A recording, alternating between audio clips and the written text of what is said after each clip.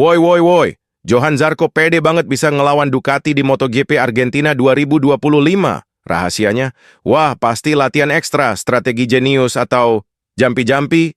Ternyata rahasianya simple.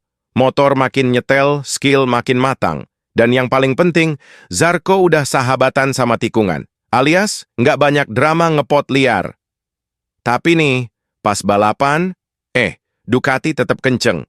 Zarco nyaris podium, tapi ya, lumayan lah buat pamer di grup WhatsApp. Santai bro, masih banyak seri. Zarco mah bukan kaleng-kaleng, bisa aja nanti bikin kejutan. Gaspol!